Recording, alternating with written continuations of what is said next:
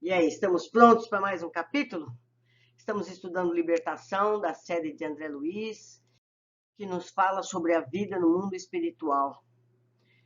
Que comportamentos devemos ter, que oportunidades vamos aproveitar para crescer. Hoje, o capítulo 9, Perseguidores Invisíveis.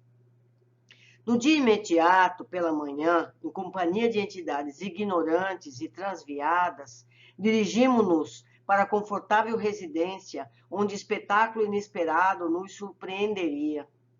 O edifício, de enormes dimensões, denunciava a condição aristocrática dos moradores, não só pela grandeza das linhas, mas também pelos admiráveis jardins que o rodeavam. Paramos juntos à ala esquerda, notando-a ocupada por muitas personalidades espirituais de aspecto deprimente. Rostos patibulares, caratonhas sinistras. Indiscutivelmente, aquela construção residencial permanecia vigiada por carcereiros frios e impassíveis, a julgar pelas sombras que os cercavam. Transpus o limiar de alma opressa. O ar jazia saturado de elementos intoxicantes. Dissimulei a custo mal-estar, recolhendo impressões aflitivas e dolorosas. Eles estão numa cidade do Brasil, eles não estão lá embaixo mais. E olhe só que condições o André está esperando, está encontrando. Entidades inferiores, em grande cópia, afluíam à sala de entrada, sondando-nos as intenções. De posse, porém, das instruções de nosso orientador, tudo fazíamos para nos assemelharmos a delinquentes vulgares. Olhe só.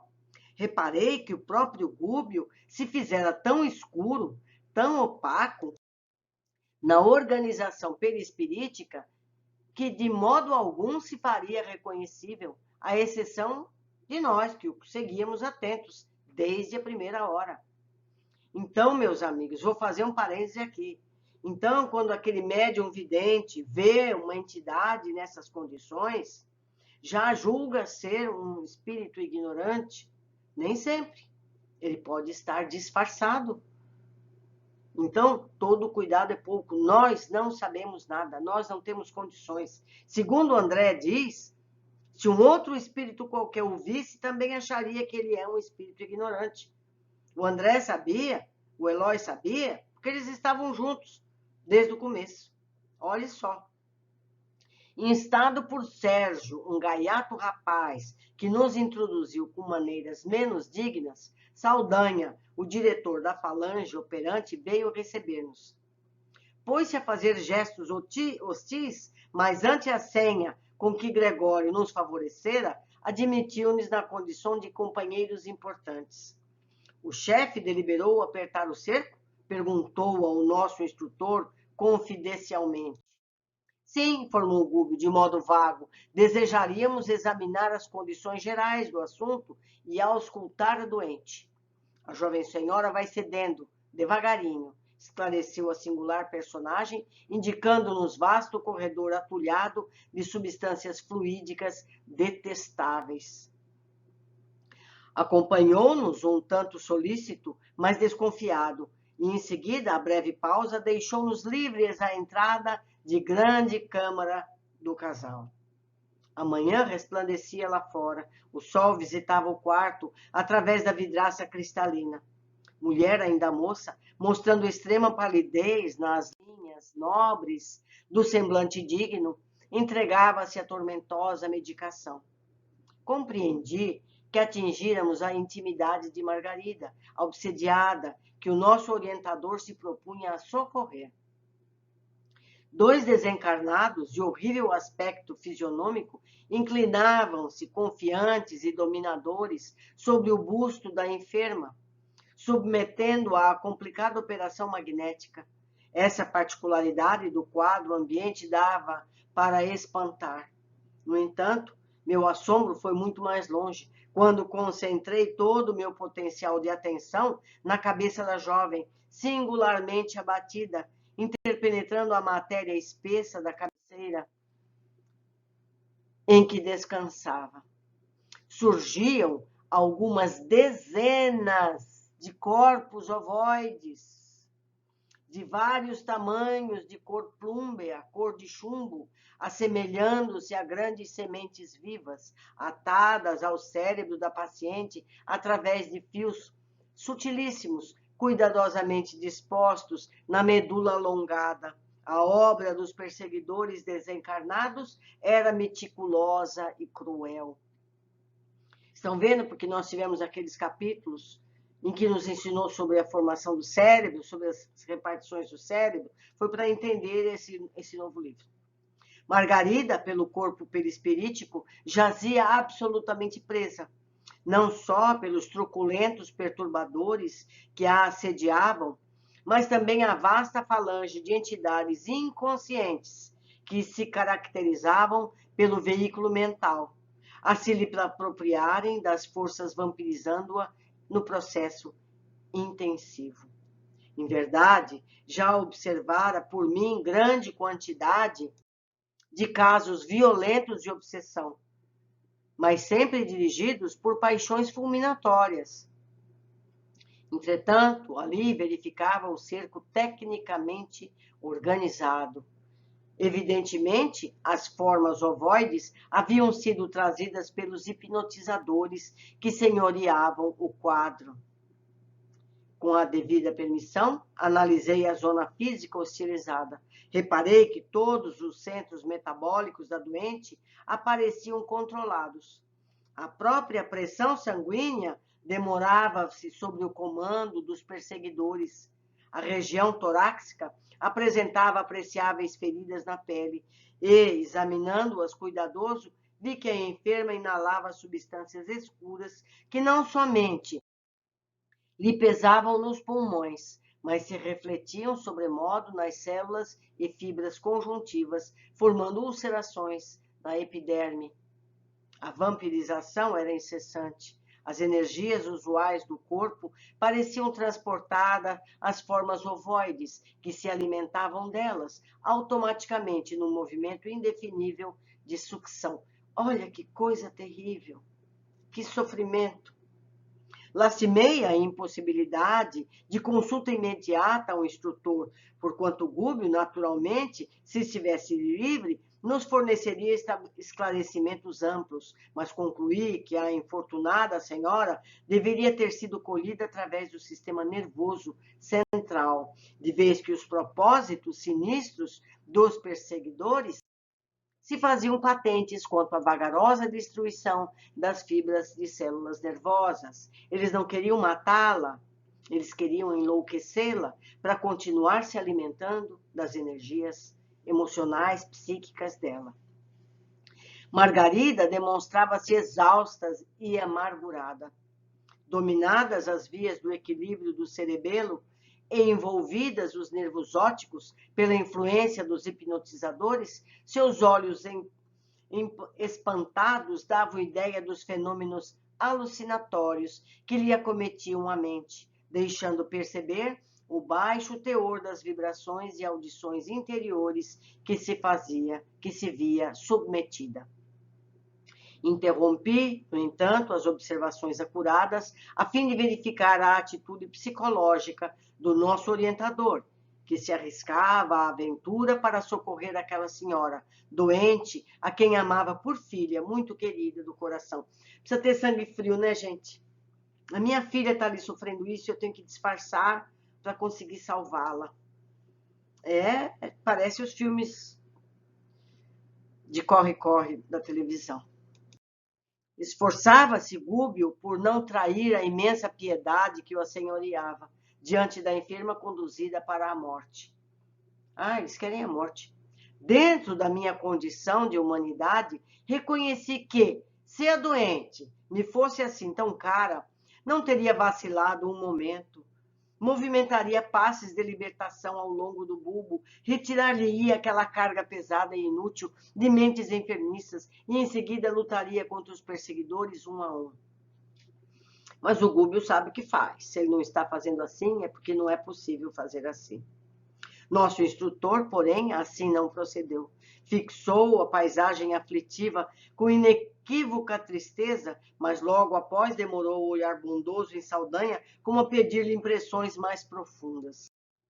Secretamente tocado pelo impulso positivo de nosso dirigente, o chefe da tortura se sentiu na obrigação de prestar-lhe informações espontâneas. Estamos em serviço mais ativo há 10 dias, precisamente, elucidou resoluto. A presa foi colhida em cheio. Infelizmente, não contamos com qualquer resistência. Se vieram colaborar conosco, saibam que, segundo acredito, não temos maior trabalho a fazer. Mais alguns dias e a solução não se fará esperar. A meu ver, Gúbio conhecia todas as particularidades do assunto, mas o propósito evidente de captar simpatia interrogou. E o marido?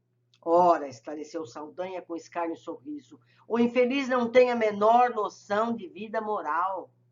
Não é mau homem. Todavia, no casamento, foi apenas transferido de gozador da vida a homem sério. A paternidade constituiria um trambolho, e filhinhos, se o recebesse, não passariam para ele de curiosos brinquedos. Hoje conduzirá a esposa à igreja. E, reforçando a inflexão sarcástica, acentuou: vão à missa, na esperança de melhoras. Mal acabara a informação, tristonho e simpático cavalheiro, em cuja expressão carinhosa identifiquei de pronto o esposo da vítima. Entrou no aposento com ela, permutando palavras amorosas e confortantes. Amparou-a, prestimoso, ajudou-a a vestir-se com esmero. Decorridos alguns minutos, notei, apalermado, que os cônjuges, acompanhados de extensa súcia de perseguidores, tomavam um táxi na direção de um templo católico. Seguimos-nos sem detença. O veículo, ao meu ver, transformara-se como que num carro de festa carnavalesca. Entidades diversas aboletavam-se dentro e em torno dele, desde os paralamas até o teto luzente. Minha curiosidade era enorme.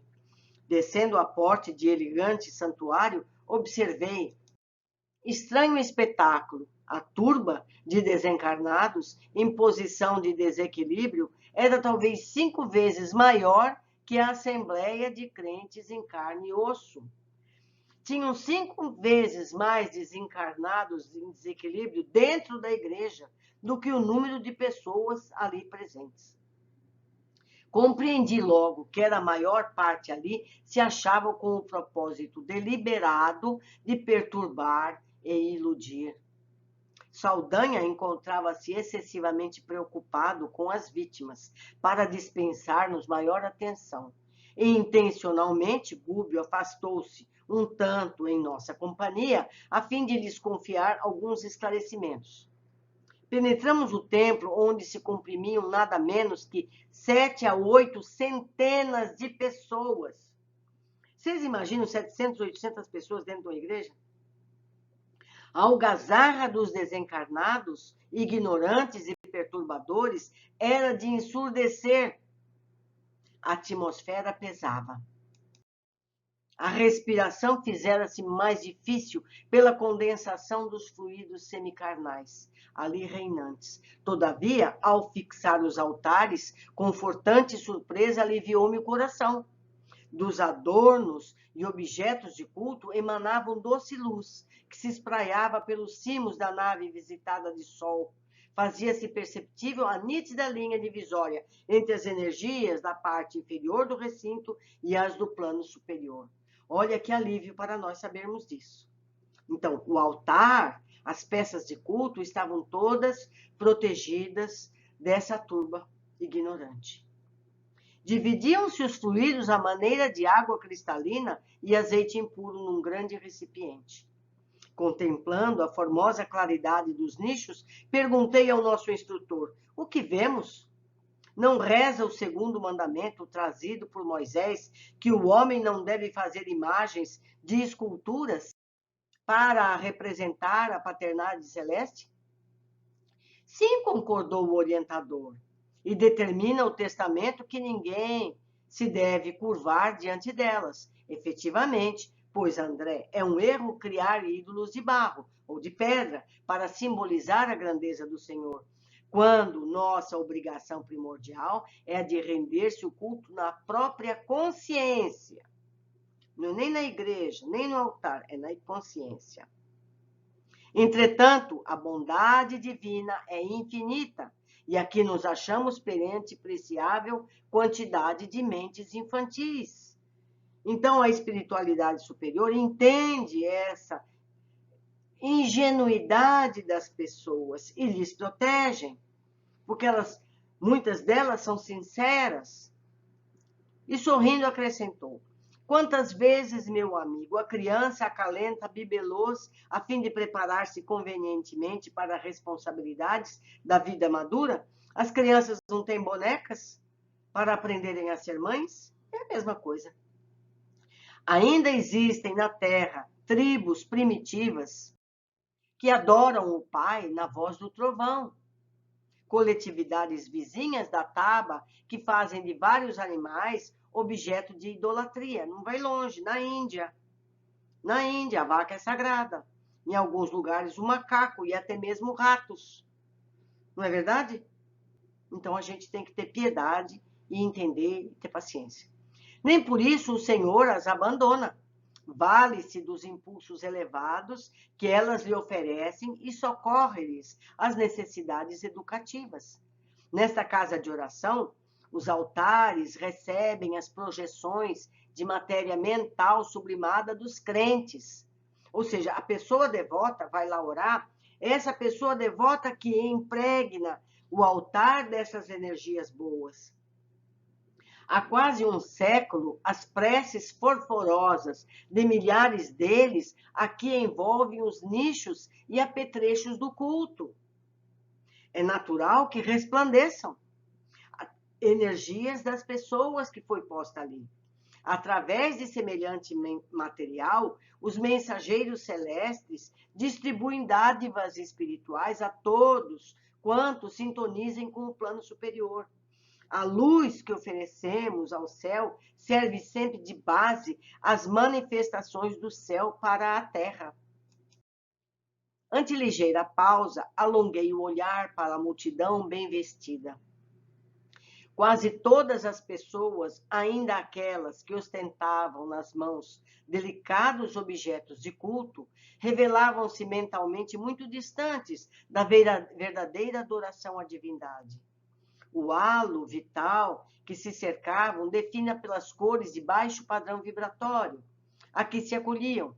Em grande parte, dominavam o pardo escuro, o cinzento carregado. Em algumas, os raios rubro-negros denunciavam cólera vingativa que a nossos olhos não conseguiriam disfarçar. Entidades desencarnadas, em deplorável situação, espalhavam-se em todos os recantos, nas mesmas características.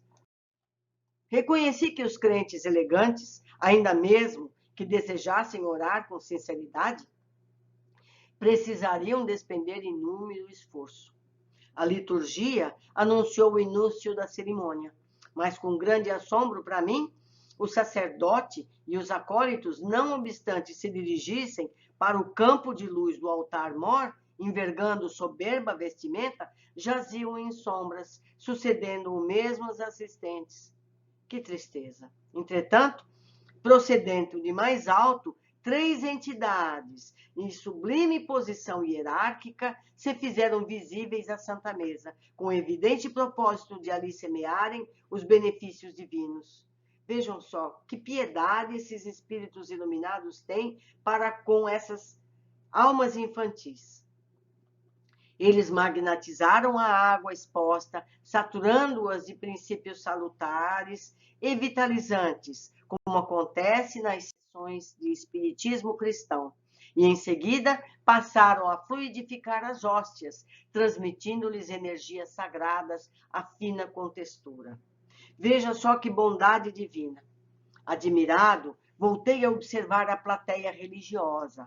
Mas os irmãos ignorantes que operavam no templo, sem corpo físico, quando tanto quanto ocorria aos encarnados, nem de longe registravam a presença dos nobres emissários espirituais que agiam em nome do infinito bem. Quer dizer, essa turba de espíritos bagunceiros, ignorantes, não conseguiam ver as entidades celestiais que abençoavam as pessoas, a hóstia e a água e tudo mais. Reparei através do halo de muita gente que determinado número de frequentadores se esforçava por melhorar a atitude mental na oração. Reflexos arroxeados, tendendo a vacilante brilho, apareciam aqui e acolá. Contudo, os malfeitores desencarnados propositadamente se postavam ao pé dos que se candidatavam à fé renovadora, irreverente, buscando conturbá-los. Quer dizer, quando eles viam alguém que estava conseguindo elevar o pensamento, ele ia lá atrapalhar. Não longe, fixei a atenção numa senhora que acompanhava o sacerdote com manifesto desejo de receber a bênção celestial. Os olhos úmidos e os tênues raios de luz que se lhe projetavam da mente diziam da sincera aspiração ávida superior que, naquele instante, lhe banhava o pensamento devoto. Entretanto, dois transviados da esfera inferior, percebendo-lhe a esperança construtiva, tentavam anular-lhe a atenção. E, segundo o que me foi permitido verificar, lhe sugeriam reminiscências de baixo terror, inutilizando-lhes a tentativa. Voltei-me para o orientador, que prestimosamente explicou. A história de gênios satânicos atacando os devotos de variados matizes é, no fundo, absolutamente verdadeira. As inteligências pervertidas, incapazes de receber as vantagens celestes, transformam-se em instrumentos passivos das inteligências rebeladas, que se interessam pela ignorância das massas. Com lastimável menosprezo pela espiritualidade superior que nos governa os destinos. A aquisição de fé, por isso mesmo, demanda trabalho individual dos mais persistentes. A confiança no bem e o entusiasmo de viver que a luz religiosa nos infunde modificam-nos a tonalidade vibratória. Lucramos infinitamente com a imersão das forças interiores no sublimado idealismo da crença santificante a que nos afeiçoamos. Todavia, o serviço real que nos cabe não se resume só a palavras. A profissão de fé não é tudo. A experiência da alma no corpo denso destina-se de maneira fundamental ao aprimoramento do indivíduo. É nos átrios da marcha que o ser se desenvolve, se apura e ilumina. Não obstante, a tendência dos crentes, em geral, é a de fugir aos conflitos da senda. As pessoas não querem problemas. Pessoas existem que, depois de servirem ao ideal religioso durante 2 anos, pretendem o repouso de 20 séculos. Em todas as casas de fé, os mensageiros do Senhor distribuíam favores e bênçãos compatíveis com as necessidades de cada um. Entretanto, é imprescindível que se prepare o coração nas linhas do mérito, a fim de recolhê-los. Entre emissão e recepção prevalece o imperativo da sintonia. Se você não se sintoniza no bem, você não consegue colher. Sem esforço preparatório, é impossível ambientar o benefício. Embalde, imporíamos de imediato ao homem selvagem a vida num palácio erguido pela cultura moderna. Os acordes da nossa música preferiria ele os ruídos da ventania, e um cabaz de flechas lhe parecia mais valioso do que um de nossos mais perfeitos parques industriais. Portanto, para que alguém se coloque a caminho nas eminências sociais, é indispensável seja educado, de boa vontade, aceitando as sugestões de melhoria e serviço. Cúbio espraiou o olhar através da multidão que presenciava a cerimônia, aparentemente contrita, e acentuou: em verdade, a missa é um ato religioso tão venerável quanto qualquer outro, em que os corações procuram identificar-se com a proteção de vida. No entanto, raros são aqueles que trazem até aqui o espírito efetivamente inclinado à assimilação do auxílio celestial. E para a formação de semelhante clima interior, cada crente, além do serviço de purificação dos sentimentos, necessitará também combater a influência dispersiva e perturbadora que procede dos companheiros desencarnados que lhes buscam arrefecer o fervor. Continuou Gúbio a prestar-nos valiosos esclarecimentos alusivos à solenidade, enquanto a missa se encaminhava para a fase final. As vozes do coro, como que projetavam vibrações harmoniosas e lúcidas ao longo da nave radiosa. E vi, num deslumbramento, que muitos espíritos sublimes penetravam o recinto, de semblante glorificado, rumando para o altar, onde o celebrante elevava o cálice, depois de abençoar sagrada partícula. Olha que maravilha! Intensa luminosidade fluía do sacrário, envolvendo todo o material do culto. Mas, surpreendido, reparei que o sacerdote, ao erguer a oferta sublime, apagou a luz que a revestia com os raios cinzento escuro que ele próprio expedia em todas as direções. Logo após, quando se preparou para distribuir o alimento eucarístico, entre as 11 comungantes, que se prosternavam humildes à mesa adornada de alvo linho, notei que as hóstias, no prateado recipiente que as custodiava, eram autênticas flores de farinha coroados de doce esplendor. As hóstias estavam luminosas, está explicando ele. Irradiavam luz com tanta força que o magnetismo escuro das mãos do ministro não conseguia inutilizá-las. Todavia, a frente da boca que se dispunha a receber o pão simbólico ennegrecia-o como por encanto. Porque a pessoa que ia receber não estava preparada. Somente uma senhora, ainda jovem, cuja contrição era irrepreensível, colheu a flor divina com a pureza desejável. Via a hóstia, qual foco de fluidos luminescentes, atravessar a faringe, alojando-se entre a claridade em pleno coração. Das 8, apenas uma. Intrigado, procurei ouvir o instrutor que, ponderando, elucidou sem delonga. Aprendeste a lição? O celebrante, ou seja, o padre, apesar de consagrado para o culto, é ateu e gozador dos sentidos, sem esforço interior de sublimação própria. A mente dele paira longe do altar. Acha-se sumamente interessado em terminar a cerimônia com brevidade, de modo a não perder uma alegre excursão em perspectiva.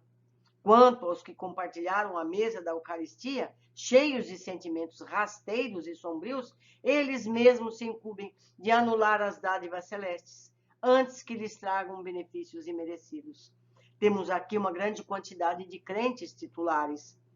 Se dizem crentes, mas muitos poucos amigos do Cristo e servidores do bem.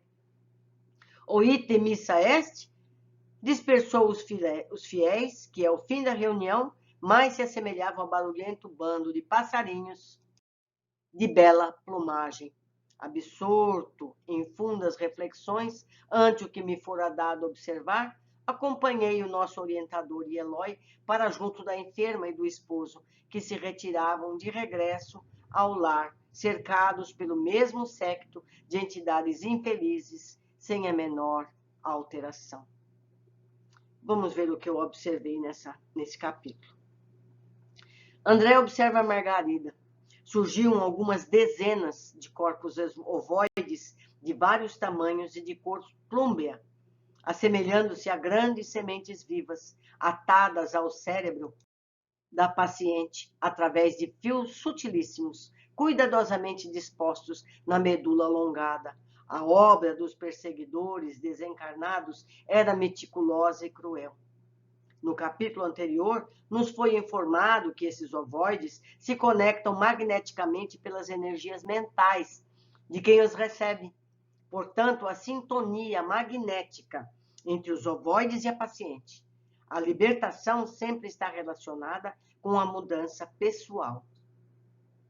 Esses ovoides, como todos os seres do universo, precisam de algum tipo de alimento. E vemos aqui o exemplo, como vimos no capítulo anterior.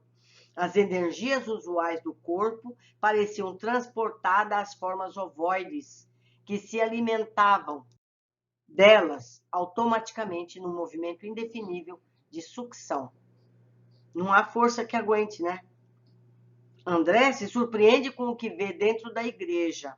A turba de desencarnados, em posição de desequilíbrio, era talvez 5 vezes maior que a assembleia de crentes em carne e osso. Templo onde se comprimiam nada menos do que 7 a 8 centenas de pessoas. A algazarra dos desencarnados, ignorantes e perturbadores, era de ensurdecer. A atmosfera pesava. Como já sabemos, os pensamentos abrem as portas para os que são afinizados. A gente se junta com aqueles que são semelhantes a nós. André observa, ao fixar os altares, confortante surpresa aliviou-me o coração. Dos adornos e objetos do culto emanava doce luz que se espraiava pelos cimos da nave, visitada de sol. Fazia-se perceptível a nítida linha divisória entre as energias da parte inferior do recinto e as do plano superior. Os altares recebem as projeções de matéria mental sublimada dos crentes, das pessoas sinceras, verdadeiras. Há quase um século, as preces fervorosas de milhares deles aqui envolvem os nichos e apetrechos do culto. É natural que resplandeçam. Os mensageiros celestes distribuem dádivas espirituais com todos quantos sintonizem com o plano superior. A luz que oferecemos ao céu serve sempre de base às manifestações do céu para a terra. O bem não se perde jamais. Entendo que durante todo o tempo em que esse local de fé e recolhimento foi visitado por milhares de pessoas que ali oraram, pedindo ou agradecendo, se tornou um espaço de bons fluidos que podem ajudar outras milhares de pessoas que souberem sintonizar com a fonte preciosa. Eu vou abrir um parênteses aqui para contar um fato. Há muitos anos atrás, eu estava com a televisão ligada e estava aparecendo o dia de Nossa Senhora no Brasil. Existe um templo no Brasil imenso, em Aparecida do Norte. Existe uma cidade em volta desse templo magnífico, imenso, que só faz crescer, onde milhares de pessoas se reúnem no mesmo dia. Então, as pessoas vão ali para agradecer graças que receberam ou para pedir graças. Então, eu vi uma fila de pessoas entrando na nave, passando por trás da mesa de celebração, passando as mãos nas fitas que tinha da Nossa Senhora, que é protetora do Brasil, passava a mão nas fitas e iam embora em fila. Aí veio o repórter da televisão e perguntou: o que a senhora veio fazer aqui? Então a pessoa dizia: eu vim agradecer, meu marido estava doente, eu fiz uma promessa, vim aqui pedir, meu marido se curou, eu venho agradecer. Então ela ia lá e passava a mão na fita. Outra entrevistada: eu venho para pedir, porque meu filho tem uma doença. Ela ia passar ali e passar a mão na fita. Aí eu percebi claramente o que se passava ali. Então aquela que veio agradecer depositava ali toda aquela energia de gratidão nas fitas. Aquela energia era plasmada nas fitas da santa. O outro que vinha pedir, recolhia aquilo e levava para casa. Então, é o que o André descreve nessa igreja. Quando a pessoa vai lá, sincera, talvez até fora da hora do culto, vai ali sozinha, com a igreja vazia, vai ali fazer a oração dela, fazer um pedido, fazer um agradecimento, ela enche aquele local de energia positiva. Ela está ali sincera, verdadeira, com fé. E o que vai ali pedir é a mesma coisa. Então, aquilo fica plasmado da energia benéfica. Mas na hora da confusão, entra todo mundo. E a gente é sujeito. Então, o que me faz pensar? Que é melhor você fazer as suas orações no seu templo doméstico, no seu altar doméstico, com a sua sinceridade, com o seu merecimento, com a sua verdade. Se for a uma igreja, um templo, qualquer que seja a religião, vá numa hora de menor movimento, não é? Porque ali você vai ter o seu momento. Pensem nisso, analisem e vejam o que é melhor. Façamos conforme a nossa consciência manda. Vamos seguir adiante. André segue descrevendo a liturgia e nos fala do sacerdote também estar entre os menos elevados, mas nos diz: procedendo do mais alto, 3 entidades de sublime posição hierárquica, ou seja, espíritos de luz, se fizeram visíveis entre eles, ao André, a Santa Mesa, com o evidente propósito de ali semearem os benefícios divinos. Foi pedido, foi entregue. Magnetizaram as águas bentas, que estavam expostas, saturando-as de princípios salutares e vitalizantes, como acontece nas sessões de espiritismo cristão, e em seguida passaram a fluidificar as hóstias, transmitindo-lhes energias sagradas de fina contextura. Entre a missão e a recepção, prevalece o imperativo da sintonia. O bem sempre está presente, e como nos ensinou Jesus, onde houver 2 ou 3 pessoas em meu nome, lá estarei. E sempre estará, seja onde for, seja na sua casa, seja embaixo de uma árvore, num parque, onde for. Se estiverem orando em nome de Jesus, lá terá energia positiva para abençoar quem quer que seja. Interessante observação de André com relação às hóstias. Brilhantes se escureciam ao aproximarem do sacerdote, mas voltavam a brilhar quando seriam oferecidas aos que buscaram. Mais uma vez escureciam quando quem a recebia não sintonizava no bem que a hóstia estava imantada. Somente uma senhora, ainda jovem, cuja contrição era irrepreensível, recolheu a flor divina com a pureza desejável. Via hóstia qual foco de fluidos luminescentes atravessarem a faringe, alojando-se na claridade em pleno coração. É a ciência física do mundo espiritual, onde os semelhantes se atraem. Nós aprendemos muita coisa nesse capítulo, não é verdade? Nós aprendemos coisas para o nosso dia a dia. Onde orar, como orar. Todo e qualquer templo é sagrado. Qualquer lugar do mundo pode se transformar num templo de oração. O que importa é a nossa disposição na oração. É a nossa forma de orar, nossa fé verdadeira, nossa sinceridade. Agora, se na hora de oração você lembrar de alguém que você odeia, esquece, perdeu tudo. Não é? Ficamos aqui, meus amigos, com mais esse capítulo. Eu espero vocês que se encontrem comigo por os vários canais disponíveis para que a gente possa trocar ideias. Espero todos no próximo capítulo.